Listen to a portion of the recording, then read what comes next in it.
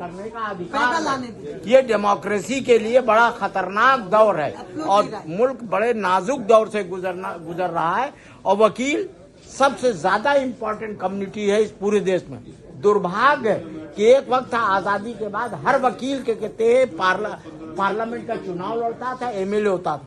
आज गुंडे लुच्चे लफंगे लड़ रहे हैं। हम क्रिटिसाइज करते हैं, एक आदमी लाखों करोड़ों के फीस लेने वाले लोग हिम्मत नहीं जुटा सकते, उनके लिए पैसा अलग है, जन सेवा नहीं है। Number 2, EVM.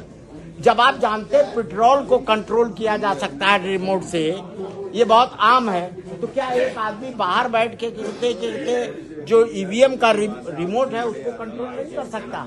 लिहाजा ईवीएम का कहते हैं कि जगह बैलेट से हो, अगर नहीं भी हो तो 50% एटलीस्ट के कहते हैं जो उसके पेपर निकल रहे हैं उसकी कभी भी पूरी सबकी काउंटिंग होनी चाहिए। सबके केस में ईवीएम नहीं था, वहाँ बैलेट ही था। अरे ईवीएम पकड़ी नहीं जाती। मेरा ये है कि दोनों चीज के हम समर्थन। ये ठप्पा मारने की अरे अपने नंबर पर बोलो यार, ऐसे बैलेट में भी होता है। तो तेरा नंबर आ जाए तो बोल दियो, बैठ जा। त्यागी जी को बोलने तक बोलिए। त्यागी जी, अरे सुनने दे, आप सुनने दे, बैठ जा।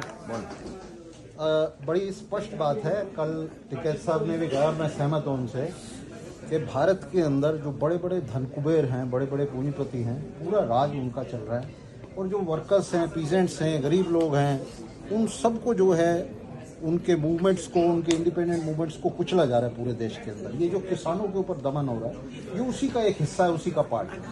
1947 में भारत के पूंजीपतियों ने ब्रिटिश पूंजीपतियों से भीख में ये सत्ता ली थी, समझौता करके, हमारे स्वतंत्रता संघर्ष के साथ गद्दारी करके।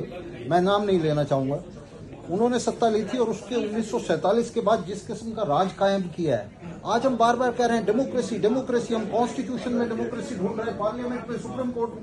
डेमोक्रेसी तो ये सड़कों के ऊपर है। ये जो किसानों का संघर्ष है बड़े पूंजीपतियों की सरकार के खिलाफ, ये डेमोक्रेसी है और हमें इस डेमोक्रेसी को सपोर्ट करना चाहिए। डेमोक्रेसी ना सुप्रीम कोर्ट में है, ना पार्लियामेंट में है, ना संविधान में है। ये सब किताबी बातें हैं और हम वकील होने के नाते देख रहे हैं इसको।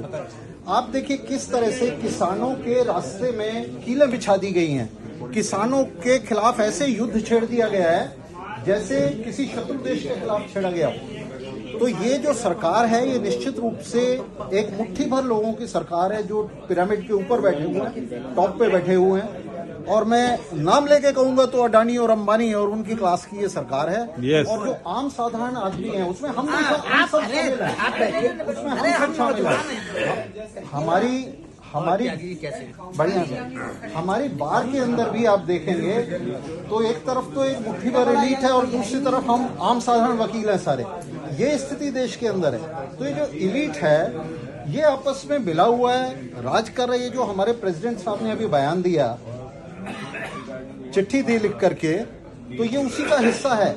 ये सारा एलीट एक दूसरे को सपोर्ट करता है, जो आम साधारण लोग हैं उनके खिलाफ एक्ट करता है। तो इस देश के अंदर आम साधारण वकील हैं, डॉक्टर हैं, टीचर्स हैं, किसान हैं, मजदूर हैं, ये सब एक हैं, इनके सबके इंटरेस्ट एक है, इनके सबके हित एक हैं। और आज जो हम खड़े हुए हैं ये उन्हीं की सपोर्ट में खड़े हुए हैं। ये डेमोक्रेसी है जो सड़क के ऊपर संघर्ष कर रहे हैं उन कीलों के खिलाफ। ये डेमोक्रेसी है जो संघर्ष कर रही है इस फांसीवादी सरकार के खिलाफ।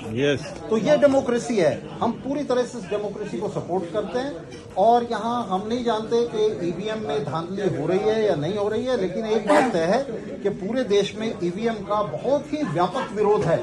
मुट्ठी भर लोगों को छोड़ दें जो सरकार के साथ हैं, तो आमतौर से जनता ये सस्पेक्ट कर रही है, इस बात का अंदेशा है कि ईवीएम में धांधली हो रही है। और अगर हो रही है तो हम ये निश्चित रूप से इस मांग का भी समर्थन करते हैं कि ईवीएम का खेल बंद किया जाए। सोल्यूशन भी बताओ, अल्टरनेटिव भी बोलो। अभी वो तो उनकी प्रॉब्लम देखिए, हम अभी आप